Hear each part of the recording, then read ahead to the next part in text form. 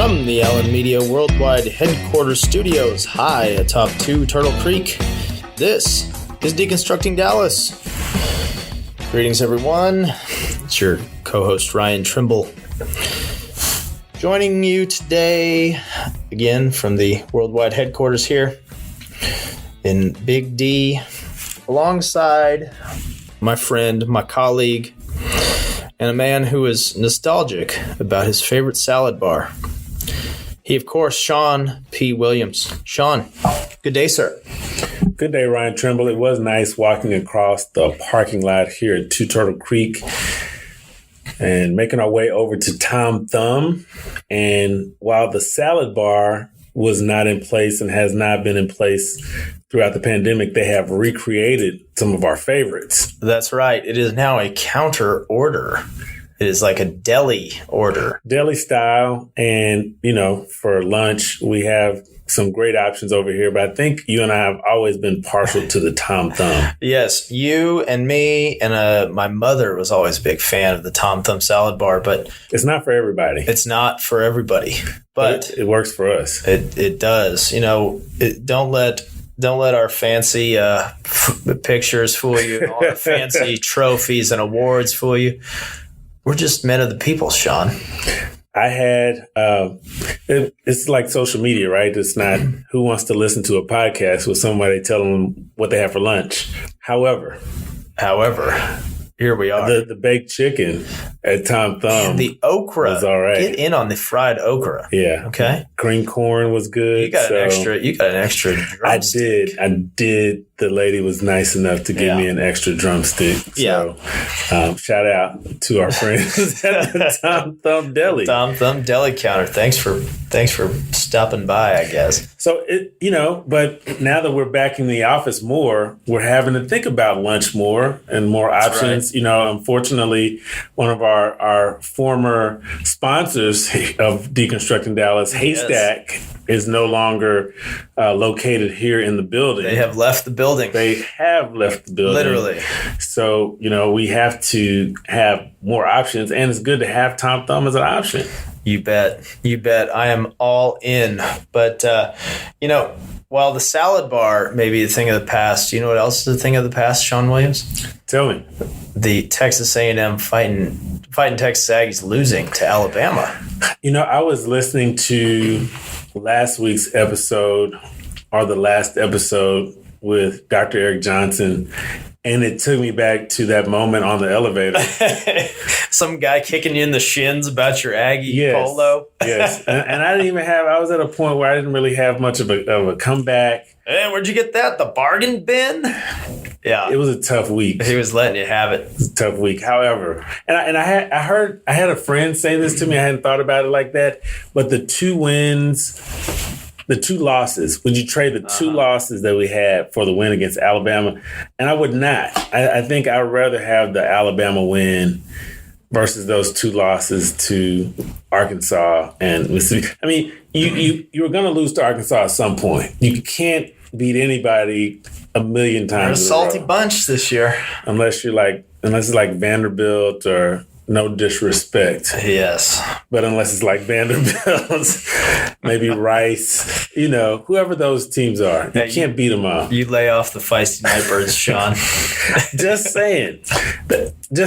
Okay. So, I'll take shout out to Zach Calzada coming in and pulling a Willis Reed, limping off, being carried out the field, helped out the field, going into the tent with Coach Jimbo, coming out and leading, throwing a dime. It was quite a pass for the tie. So it's quite and a then pass. Seth Smalls, Biggie Smalls. Mrs. Smalls, perhaps Mrs. the best part of the She night. seemed like, and we have to retweet that. It was a great video of his family, Seth Smalls' family, watching him kick that final field goal. His mom wasn't even looking. His wife was shouting at him onto the field. And when it went through, the excitement of the family, but Mrs. Smalls, the wife, jumped. The best way to describe it was on Twitter after that. She jumps over the wall. She's on the front row and she jumps over the wall and She gone. She was gone.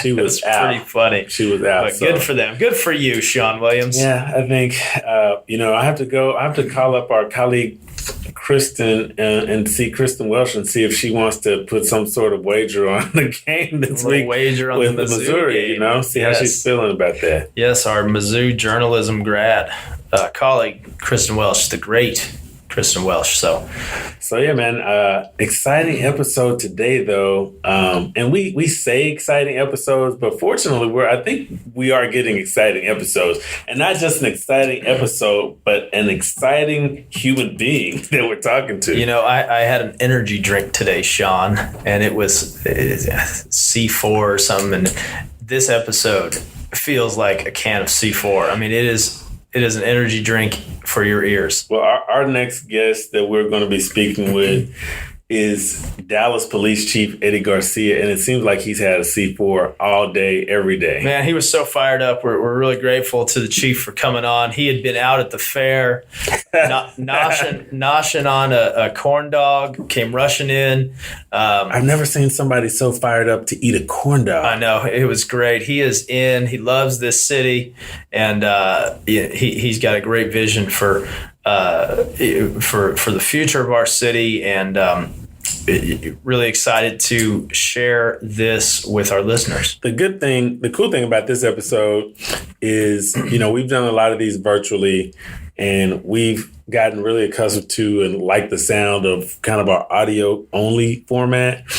But this one, we did have a chance to record with Chief Garcia using a video platform also, which was really cool. And you could really see his energy, see his passion as we were talking to him. That was really cool. Yeah, he's fired up and I'm fired up. So let's jump right in.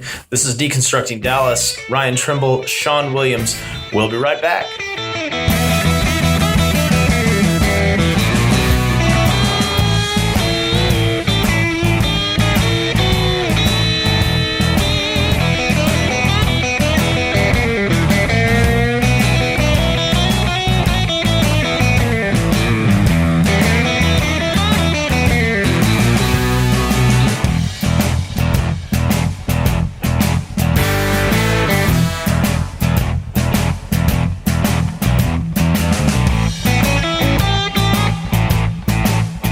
Welcome back, Deconstructing Dallas. Ryan Trimble, Shawn Williams.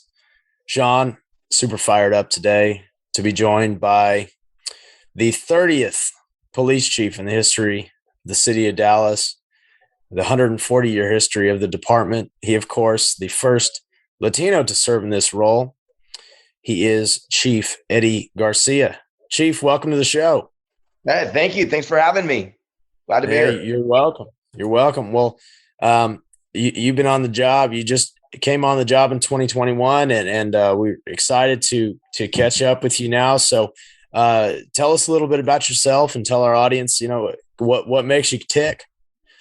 Oh, all right. Well, that's kind of open-ended, man. How long you got? A little bit about myself. I was born in San Juan, Puerto Rico, and actually my family and I, bypassed a lot of probably what are the usual Puerto Rican stops, and went out to the Bay Area in California, settled down there. And my father at the time was working for Pan American Airlines, and went there and learned how to speak English in the Bay Area. Although Puerto Rico is part of the United States, but obviously it's about as close to being one of those type of places where you feel like you're somewhere else. And coming over here, learn how to speak English. And, one of the dynamics, and I'll say it right now, I was a Cowboy fan before I even probably said my first English word. 1975, watching Roger Staubach running around. And my two favorite teams are the Dallas Cowboys and whoever the San Francisco 49ers play. Last week was the Cowboys and Seahawks. This week coming up, I got to look. But growing up in the Bay Area, I always got ribbed for it. I've been to the city on many occasions, and and love this place. And from my perspective, from a law enforcement perspective, I've been a cop for nearly 30 years. Got hired, in the San Jose Police Department. Came up through the ranks there. I worked every imaginable proactive unit.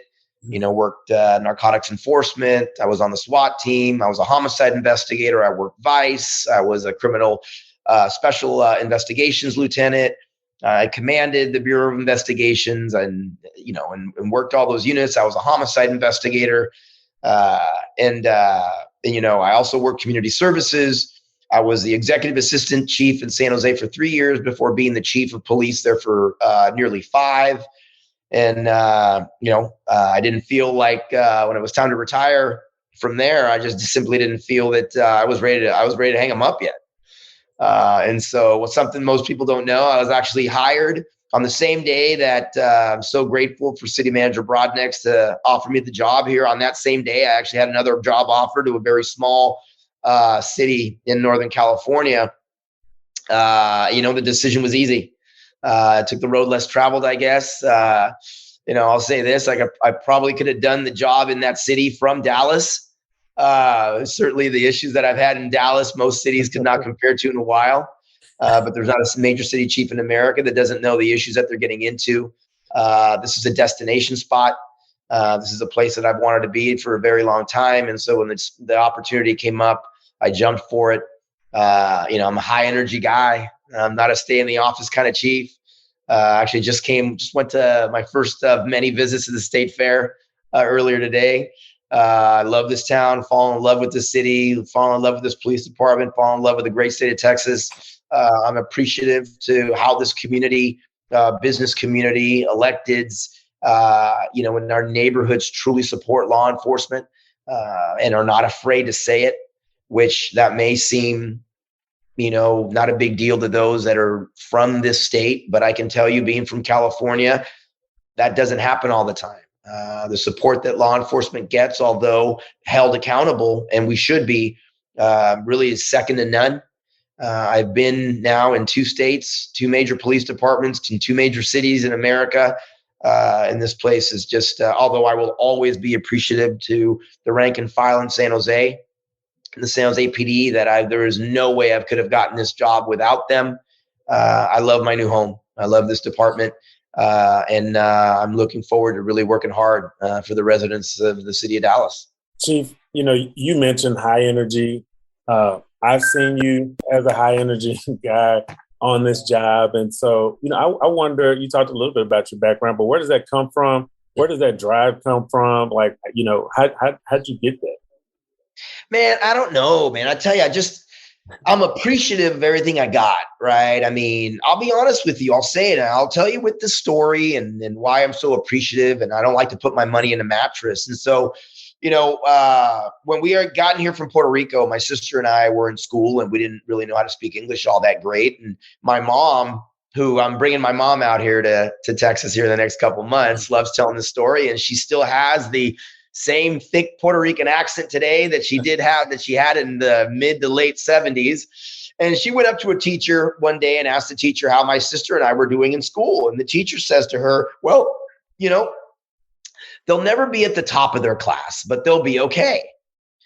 And so I'll never forget the day that I became the chief of police in San Jose, which, is the 10th largest city in America. And I was at the council chambers. I looked up to my mom and I'm like, you know what, Mom?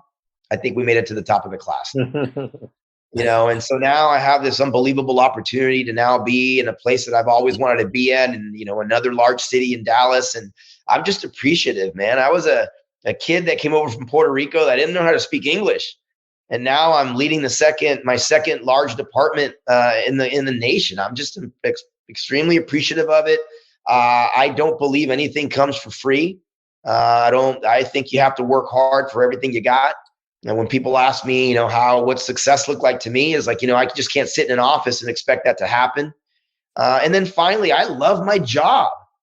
Like, I'll tell you what, it's funny. Every once in a while, people will come up to me and go, hey, Chief, are you doing okay with some of the major stuff that's going on? And I'm like, I'm fine. I'm doing fine. I love my job. I love what I do. I love supporting the men and women of this department. I love praising them when they do amazing work. I love acknowledging the fact that, we need to take the criminal element off our streets, but at the same time, pump up our community trust to ensure that our neighborhoods trust us. And those two concepts are not mutually exclusive. I just love loving what I do. I mean, the worst days, I mean, I look down every once in a while, look in the mirror and see these 4 stars on me. I'm like, man, what is there to be